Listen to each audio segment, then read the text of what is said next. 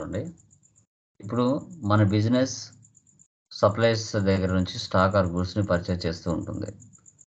మనకు సప్లయర్స్ ఉంటారు. వాళ్ళకు మనకున్న రిలేషన్ బట్టి మనం ఏం చేస్తామంటే, ఇంకో 1 వీక్ ఉంటే మన దగ్గర స్టాక్ కంప్లీట్ అవుతుంది. అంతకు ముందుగా మనం ఏం చేస్తామంటే, మన రెగ్యులర్ సప్లయర్ ఎవరైతే ఉంటామో, వాళ్ళకు మనము పర్చేజ్ ఆర్డర్ ఇన్వాయిస్‌ని రైజ్ చేస్తాం. ఎందుకు పర్చేజ్ ఆర్డర్ రైజ్ చేస్తామంటే, స్టాక్ కన్ఫర్మేషన్ కోసం కావచ్చు. ఎందుకంటే ఆ స్టాక్ మళ్ళీ వాళ్ళు వేరే వాళ్ళకి సేల్ చేయొచ్చు. అందుకోసం మనం 1 వీక్ ముందుగానే మనం ఆర్డర్ పెట్టుకుంటే వాళ్ళు మన కోసం తీసి పెడతారు. లేదు అంటే మనం ఆర్డర్ పెట్టుకున్నప్పుడు వాళ్ళ దగ్గర స్టాక్ లేదంటే సైలెంట్‌గా ఉండాల్సొస్తది. అందుకోసమే మనకు ఎంత క్వాంటిటీ కావాలనుకుంటున్నామో మన నేచర్ ఆఫ్ బిజినెస్ బట్టి అవి నువ్వు కంప్యూటర్ స్పేర్ పార్ట్స్ అయినా, మొబైల్స్ అయినా, బట్టల షాప్ అయినా, ఓకే మెడికల్ టాబ్లెట్స్ అయినా ఏవైనా కావచ్చు. మనం ఆర్డర్ పెట్టుకోవడం కామన్. ఇక్కడ మనకి ప్రాబ్లమ్‌లో చూస్తే monitor, RAM, hard disk, keyboard 100, 100, 100 ఇలా 400 మనం ఆర్డర్ పెట్టుకున్నాం. సో, ఆర్డర్ పెట్టుకునేటప్పుడు ఒక నంబర్ రైజ్ చేస్తాం మనం. SS001. ఓకే. మనం రైజ్ చేసిన తర్వాత వాళ్ళు ఆ ఆర్డర్‌ని యాక్సెప్ట్ చేసుకుంటారు. Receipt note. యాక్సెప్ట్ చేసుకొని మనం ఇచ్చిన ఆర్డర్ నంబర్‌కి వాళ్ళు కూడా ఒక ట్రాకింగ్ నంబర్ యాడ్ చేసుకుంటారు. ఇంగా పంపించరు. జస్ట్ మనం ఆర్డర్ పెట్టాం వాళ్ళు యాక్సెప్ట్ చేస్తారు. ఓకే. మళ్ళీ మనం ఏం చేసాం ఫోన్ చేసి ఆ 400లో కీబోర్డ్, హార్డ్ డిస్క్ ఒక 10 వద్దని చెప్పాం. ఇంగా వాళ్ళు పంపించలేదు కాబట్టి ఒక 10 తగ్గిస్తారు. మనం ఎప్పుడైతే ఇన్వాయిస్ పంపించమంటామో అప్పుడు పర్చేజ్ ఇన్వాయిస్‌ని పంపిస్తారు. ఆ 400లో 390తో మనకి ఇన్వాయిస్ వస్తది.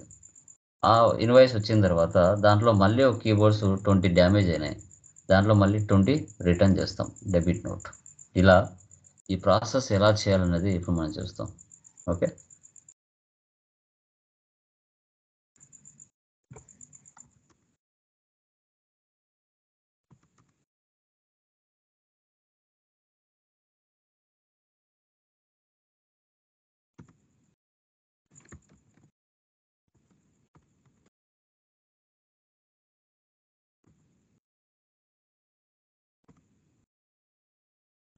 Control A maintain accounts first option వేసి పెట్టండి. Bill wise no. Maintain inventory, integrate accounts inventory ఈ 2 వేసి పెట్టండి. ఇంకా జీఎస్టీ కామన్. మీకు రియల్ టైంలో జీఎస్టీ ఎలాగో వేసి పెట్టుకుంటారు ఈ కంపెనీలో. నేను 37 ఇచ్చాను. Control A. క్రియేట్లోకి వెళ్ళండి. లెడ్జర్లోకి వెళ్ళండి. దీంట్లో ఏమేమి ఉన్నాయి? పర్చేజ్ ఉంది. Purchase accounts. తర్వాత sunshine,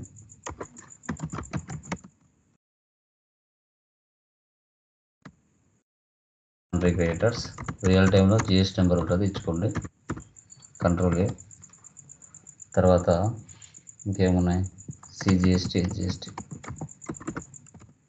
duties and taxes, GST, CGST, HGST, duties and taxes, GST, HGST.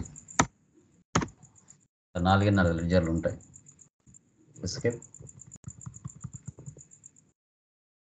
OS numbers. Escape. Stock item. Okay.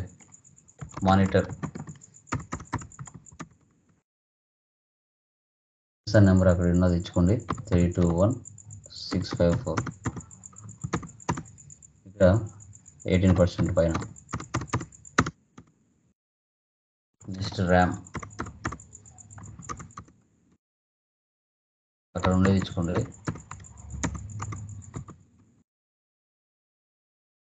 Next hard disc.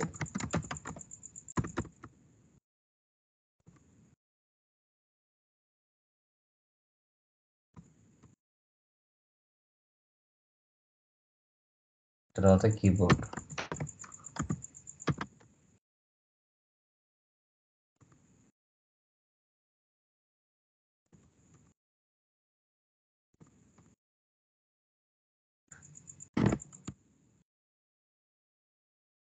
Vouchers. Other వోచర్స్లోకి వెళ్ళండి. Show inactive. Order control plus F9. So Sunshine. Order number SS001. Monitor 100, 3500. తర్వాత RAM 100, 200.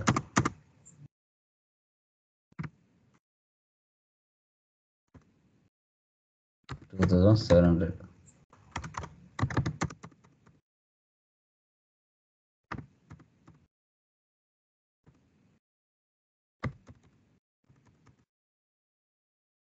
Real టైంలో tax ఇచ్చుకునే వాళ్ళు ఇచ్చుకుంటారు, ఇవ్వని వాళ్ళు ఇవ్వరు. ఆర్డర్ పెట్టుకుంటారు. Okay, done. మనం ఆర్డర్ నెంబర్ పెట్టుకొని ఆర్డర్ పెట్టుకున్నాం. నెక్స్ట్ మళ్ళీ అదర్ వాచెస్లో ఇవ్వరండి. Show inactive. ఇక్కడ వచ్చేసి రిసీప్ట్ నోట్. మీరు పైన ఏదైతే ఆర్డర్ పెట్టుకున్నారో ఆ ఆర్డర్ నెంబర్ ఇక్కడికి వస్తుంది. జస్ట్ ఇది సెలెక్ట్ చేసుకుని అంతే. ఆర్డర్ నెంబర్ సెలెక్ట్ చేసుకుంటే ఆటోమేటిక్గా క్వాంటిటీ వచ్చి పడిపోతుంది. చూడండి, పడిపోయింది ఆటోమేటిక్గా. ఇక్కడ దీనికి ఏం చేస్తామంటే ట్రాకింగ్ నెంబర్ ఇచ్చుకుంటాం, ST01. ఇక ట్రాకింగ్ నెంబర్ ST01, దీన్ని కాపీ చేసుకోండి, Ctrl+C copy. Just tracking number ఇచ్చుకుంటే చాలు, అంతే.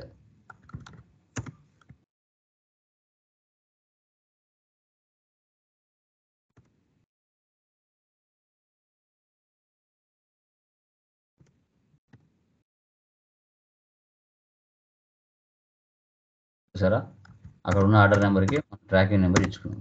ఎనఫ్. మనం ఆర్డర్ పెట్టుకున్నాం, వాళ్ళు యాక్సెప్ట్ చేశారు. మళ్ళీ మనం ఏం చేసినాం, ఫోన్ చేసి మళ్ళీ ఒక 10 వద్దని చెప్పాం.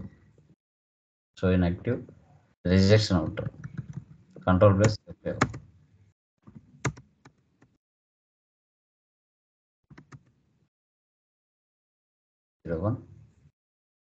అంతే కదా, ట్రాకింగ్ నెంబర్ నుంచి తగ్గించాలి. 10 వద్దని చెప్పారు.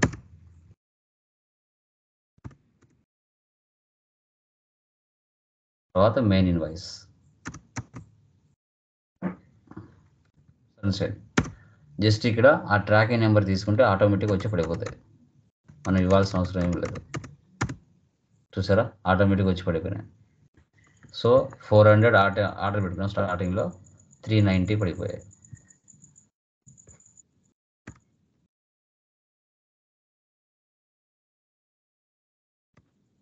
నెక్స్ట్ మళ్ళీ అదర్ వాచర్స్, డెబిట్ నోట్.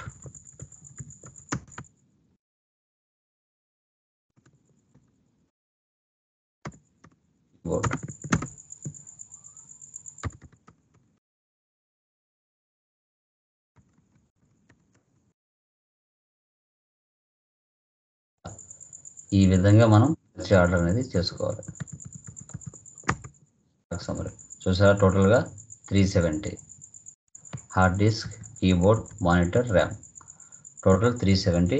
మనం స్టార్టింగ్లో పెట్టుకుంది 400, బట్ ఇక్కడ టోటల్గా 370 మన దగ్గర ఉన్నాయి. ప్రాఫిట్ అండ్ లాస్ ఏముండదు ఇక్కడ. జస్ట్ మనకి